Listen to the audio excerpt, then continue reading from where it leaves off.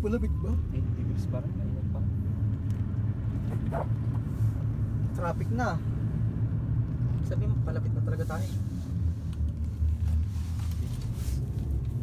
Energy ko. Energy drink. Hindi yata ito sila papag-snowboard. Wala naman ako nakita mga snowboard. Tayo lang. Basta meron lang pala ngayon available hiking.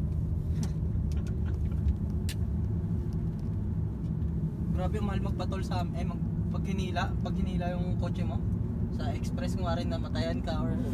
Mahal kasi Mahal pala no. kung wala kang token na pang toll rate, pang hila, magbabayad ka ng ano eh, ng mano-mano eh. Magkano dun?